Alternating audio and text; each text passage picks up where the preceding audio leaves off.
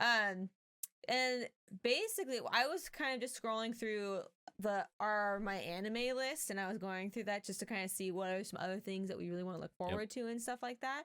But in the meantime, I found this article that was it's about One Punch Man, and they're going to make a live adaptation of One Punch Man. Sony is making it, and I have a very salty history, I guess, with live action adaptations of anime.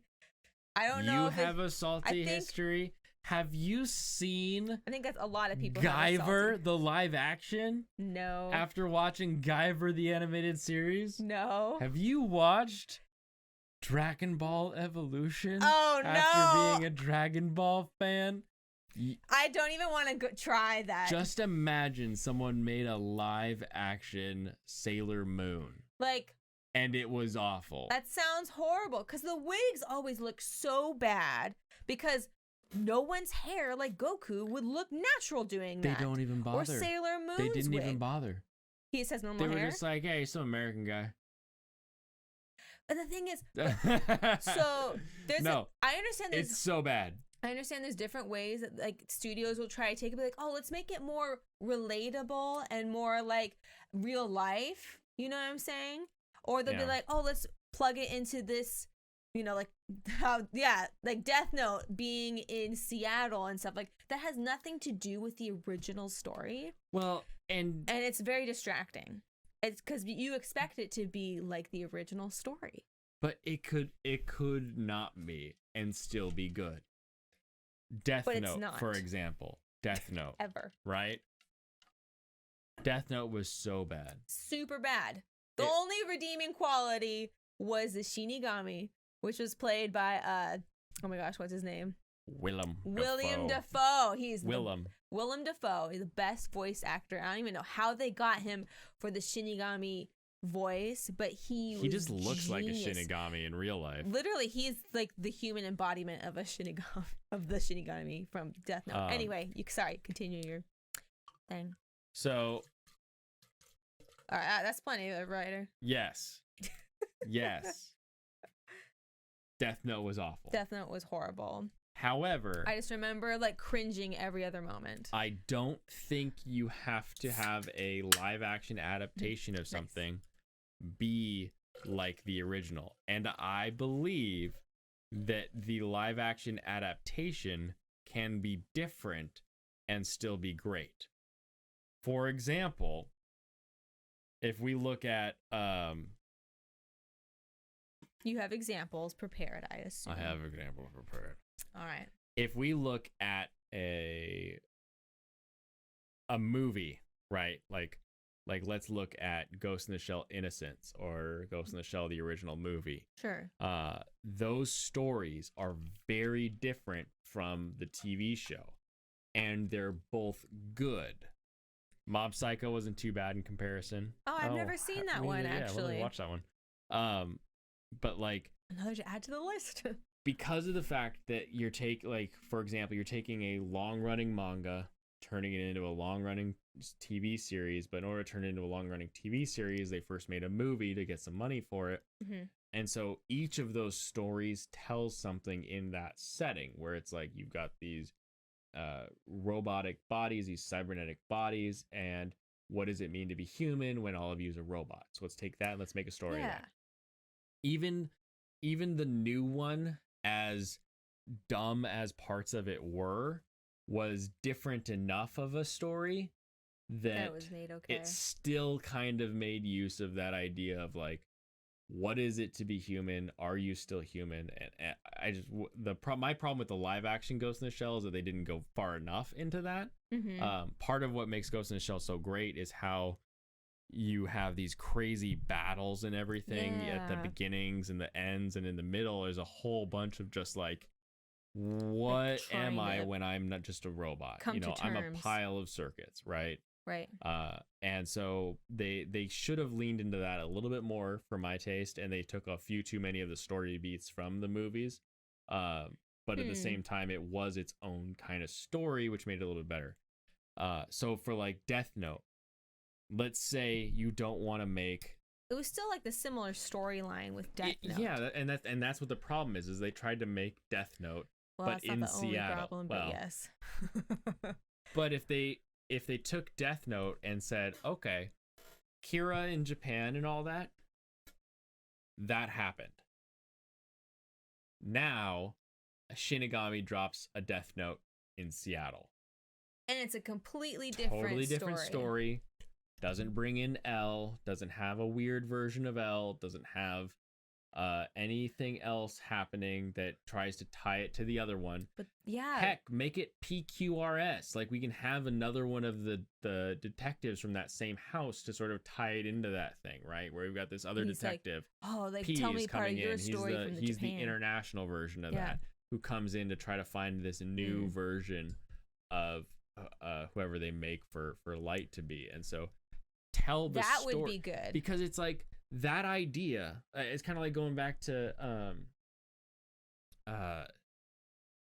Promare and Gundam, where it's like that clash of ideals is what makes it good, so good, right? So I want to see this idea of somebody who gets the power to do or to kill people, how they use it for their own sense of justice. Yeah. And then how the system of justice tries to stop them.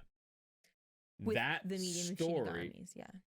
Well, the system of justice doesn't have Shinigamis. Oh, yeah. But if we take that story of here's a guy who receives a Death Note, and he's in Seattle, and he's like, oh, what is this? Let and me he figures out what kill it does. the Green River Killer. Or let me kill this guy. Let me kill that guy. And yeah.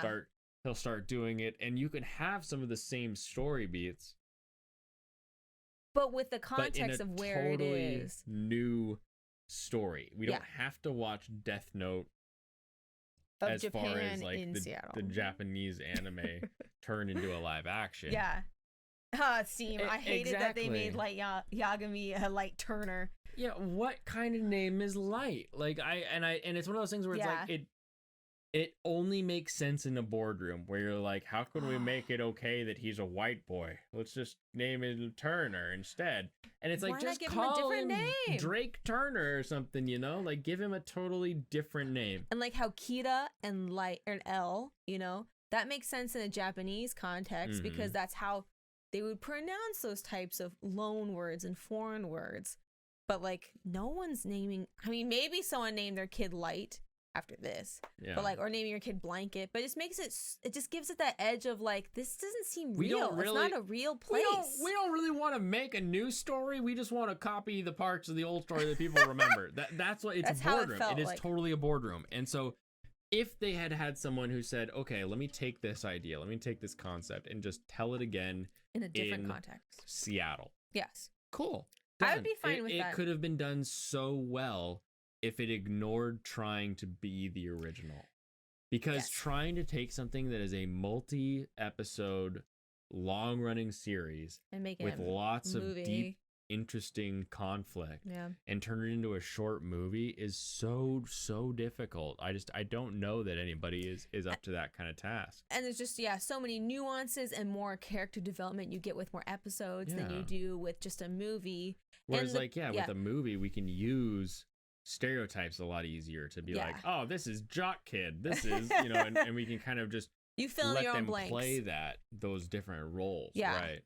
And that's not the only thing I feel like that's wrong with the movie. It's like I feel like it's the writers and the actors, they don't have a feel for the sense of what the original was. If they're especially trying to copy it and make it similar in a way and just like try to feed that nostalgia factor for people, they don't have the feeling that the original gave us. Like they don't know that maybe they either didn't watch it and like they just got like some cliff notes or something. Like, okay, like I understand. This is what it's about. And they're just trying to like throw some crap on a wall and make it stick. Yeah. And that's just kind of what they do. So just like the acting's it's not believable. It's so cringy. And I don't think it's just because they're bad actors. I think it's just because they don't have the context of the story and the feeling behind it all. Right. So it just makes it really fall flat. And just like, do you have feelings, dude? Like, I don't even feel what you're trying to say to me right now. Yeah. Like, Light was just so flat and horrible. Yeah. So But Well, thanks, William Dafoe. and with One Punch Man coming out in live action, Yeah. along with that, so what I hope, like, obviously One Punch Man, it's in like a future universe. We're used to superhero movies, so like we're pretty much primed for One Punch Man to be a thing, Yes. right? What I see them needing to focus on is I need them to go the route of, this guy is so strong and so powerful and so capable that he doesn't care. It's a day job now. It's boring. Show me him doing his chores. Show Just me like him punching a villain in the background, like, going to the grocery store. Yeah, show him having to go handle a villain because it's in his neighborhood and then being done with it. Show me that part of Saitama. And also, yeah, go ahead. Sorry. Whether it's here, you know, in the States, whether you have it set in Japan, whether you have it set in the actual like future Tokyo of like of One Punch Man. I hope it's set in Japan, please. It doesn't have to be, though. I know it doesn't have to. It's just a lot of the context of like maybe certain monsters and things like that just make more sense in a Japanese culture frame. But if they take it to a world scale so that you have all of these different heroes that have themes from like different countries, you could do like a world hero like council, right? It doesn't have to be specific, but you have to do it that way. You can't just take like the samurai, like the Ronin guy, and say, "Oh, now he's swordsman man." Like you have to make, so whatever they choose to do, they just have to do it, you know, correctly. Pull a big Hero 6. I love that movie. Really, I mean, honestly, what they've got to do is they've got to Deadpool it. They have to take it from that fact of like, here's a guy who's so powerful he can't die. Yeah. He's not gonna lose. He's just gonna have fun with it. You know? Show me the fun side. Show me him having a good time. Well, if they try to focus too much on trying to one for one even the first season of One Punch Man, they're gonna lose that idea. I mean, if you look at the original manga, the little webtoons that were practically drawn on a napkin just by like all a child, scribbles. like they're so good. They're so like poorly done, but the heart of the story comes out where it's like, here's a guy who can just not lose, and then here he is, you know, in a situation where everybody else is trying to struggle to be as good as he is. Yeah, like, and he doesn't even care to be number one. You know, that's the other like. But originally he wanted to be number one, and now that he's there, you know, after he's worked so hard, now he's like, well, I'm the best. And now he's like, what's the point of living? That conflict is kind of what makes One Punch Man interesting in a way. But I feel like One Punch Man, as opposed to having the conflict of like, what's the point of living, is happy to be who he is. He just wants to do his job. He doesn't want to be bothered by things. He's just like, this is what I do. This is what I do. Yeah. Well, so the guy, it's more of the Mendokusai, like it's kind of like a pain to do something that it is like, what do I do with my life? Oh, I'm so sad about it. So like I said, it's Sony is producing it. It's being written by, or co-written with, by this guy named Scott Rosenberg. He actually does have a bit of a history with some good films, so that's kind of promising. Like, one of the recent ones, like he did the Jumanji films, Venom, and the new Jumanji is a great. It's a fun show. Well, and it's a good hope for him being able to do this really well. Oh, do you want to? Because of the fact that the new Jumanji films took, oh, here's what Jumanji was, let's modernize it. Yeah. Now it's a video game, and now there's life points. There's like they made it new. Yeah, different characters. In order to make it more modern, they gave it a totally different setting. So the fact that he was able to take that historical idea and bring it to the modern era very cleanly in a very fun way, I've got hope that he can do One Punch Man, and I hope that The Rock is one of the heroes. That would be so great. That'd be really fun. I mean, even if he's just like a random like hero in the background, just like having maybe. the rock like walking around. Like, it's like, oh, his head punched. So I totally understand because like he has this great back history, like of all these great films, like you said, like doing good adaptations of older films and older, creative projects. But he doesn't have, maybe it's just me being like really fidgety and like picky, but he doesn't have a lot of like adaptations from an animation to a new style, or having like any anime background. Venom. I guess Venom, huh? Venom was literally from comic book to animation to maybe I'm live thinking action. In a cultural standpoint, because anime and then and Marvel. I would hesitate to look at what somebody does for money. So all of the different shows that he's done to make a paycheck, and say that he can't do it because he's never done it before. What if he's a huge manga nerd? Maybe he is. I don't have enough background. And I the guess, kind on of guy him that can like necessarily. step up and write Venom and Jumanji. Yeah. Like probably is into comics, and if he's into comics, then he's going to be into some form of manga or anime I at hope that's some the level. case. So, and with One Punch Man, it's so ubiquitous. Everybody has the access to see One Punch Man. I don't care if you pay for your Netflix, or if you're one of the like 10 Parasite accounts that are on the Netflix account. Pretty much everybody can see One Punch Man. It's not something that's like secret. So I'm sure he's seen it, and I'm sure he's going to be a part of it, because like feeling well. Venom did pretty good. We've never Jumanji seen it. Did pretty good. I've seen Venom. I haven't seen I watched Venom. it on an airplane. Oh wow. Aww. Wow. So basically throughout when I saw this, I just was horribly reminded of how much I really don't enjoy live adaptations of anime. And I took a poll on Facebook. I actually took 2 polls, but we'll just focus on the one. But I just asked people on this anime Facebook group that I'm a part of what if people actually liked live adaptations, and it kind of turned out to be a resounding no. Yeah, Katey asked this question of like, who likes live anime? You can't see the percentages. Well, you can see that this is 100%. This one's down at like 25, 30%. Then they've got a little smattering of percentages. Yeah. But then it's an overwhelming no. Then this guy popped up. So this guy had an interesting comment that we kind of wanted to delve Absolutely not. People need to realize that every form of entertainment has its merits and place in the world. Live action isn't better than animation, or vice versa. You never see a live action show / movie get animation adaptation, do you? Of course not. It's because Hollywood has brainwashed most people into thinking that whatever they're doing is somehow always better than everything else. It's completely ridiculous. So and Katey read that, and immediately my brain just exploded. I melted. I was like what? Of course there's okay. That first line, I'm with you. I'm with you on that first line. When you want to say people need to realize that every form of entertainment has its merits and place in the world. Absolutely. Absolutely correct.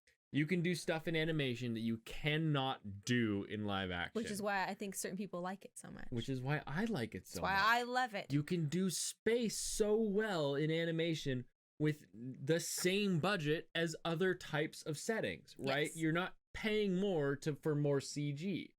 And you can manipulate faces, and you can manipulate body parts, or you can do the trigger environment. thing where it's like, oh, I'm imposing, so like things get bigger, and it makes sense naturally.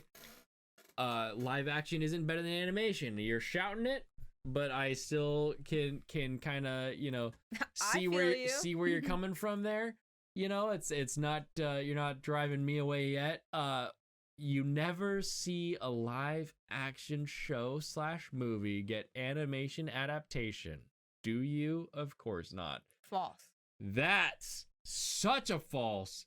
And my brain says this person isn't quite 25 yet, because they maybe haven't lived through every era. live action show from the 80s and a few before and a bunch after every live action movie got some sort of cartoon. Well, you can't say every, but lots of them did.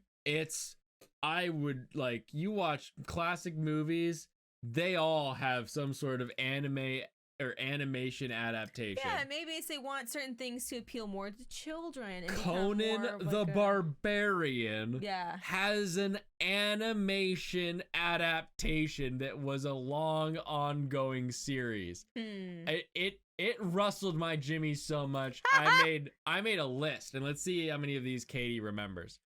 The Ghostbusters animated series. Yes. Do you remember the Ghostbusters animated series? Ghostbusters. With Slimer. Yeah. Sucking it all up. Yeah, Ghostbusters was actually really creepy. Ghostbusters was originally a live action movie. Really good movie. I didn't know that. I thought it was the opposite. No, it was originally a movie. Okay.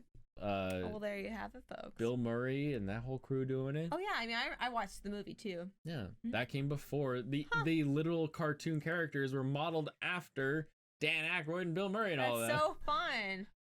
Beetlejuice. Dude, yes, I actually was a movie before it was an animation. Beetlejuice. It was really. You remember the cartoon? All of these, I remember the Beetlejuice cartoon, right? I've seen, I think, either parts of the movie or I have seen the movie. It's based off of the movie. The live action movie turned into an animation. RoboCop. Maybe you don't remember that one as much. That was a little more late 80s. And they made it a musical. Musical's always next on the list. Yes, right. The Mummy. Do you remember The Mummy animated on Saturday morning cartoons? I've never seen that. It was so cool. It was so it was one of the so cool. It was around the same time as like right before Yu-Gi-Oh, so like it kind of got you into that like Egypt phase. But that also based off the Mummy movie.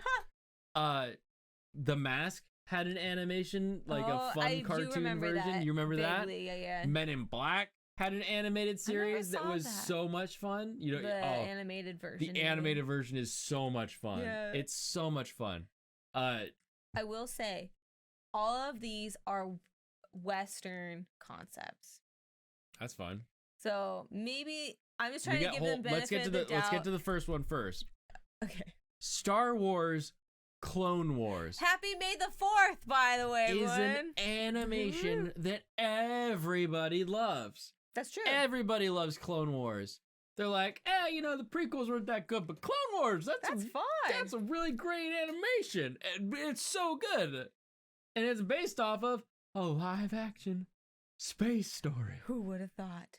And you're about to say that it's like not crossing borders or something? Well, I'm just trying to give this commenter a little bit benefit of the doubt. I think they didn't give it a lot of context, but they're trying to say like from like an Eastern, like a Japanese movie has never become a Japanese live action movie. Has never become a name one. I know, I don't know any. Yeah. Yeah, there you go.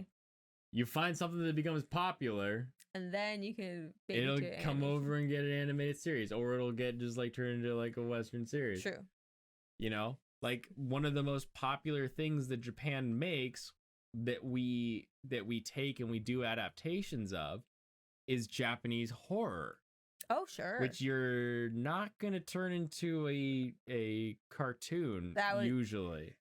I think you could. Part of what makes horror, like even the reality. Yeah, exactly. Even anime horror isn't that scary. But once it becomes like it's a live action, but if it's live action, it's like even if it's Uncanny Valley, it can like get like still like I'm that dude who's freaking out right now, you know, and so you feel it. So like when The Ring came over, and the Grudge. Horrible.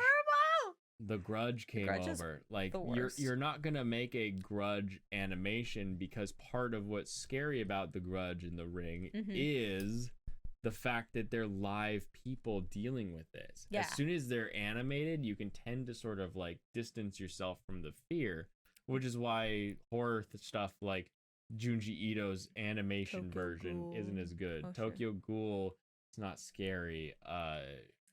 Which I think is kind of nice. Isn't that scary. Like animated horror scary. Doesn't work super well, which is weird because stop motion horror can. It's that uncanny valley of things, I think. But animation, you know, you clearly have that divide in your brain. Like this is something someone made up. This is something that's fictional. You know, there's no reality to it. Yeah. So, but claymation. About the closest you could come to live action Japanese that got like super popular stateside that they would turn into animation would be Godzilla the animated series. Oh, okay. And that one went from Godzilla. It's probably not that popular. Godzilla Japanese. Oh no, you don't remember? No. Godzilla Japanese series, right? The live actions. Then we made Godzilla 1998, the awful movie. And immediately following that movie came 1998 Godzilla the animated series. And so there was Godzilla the animated series based off of Godzilla the Japanese movies.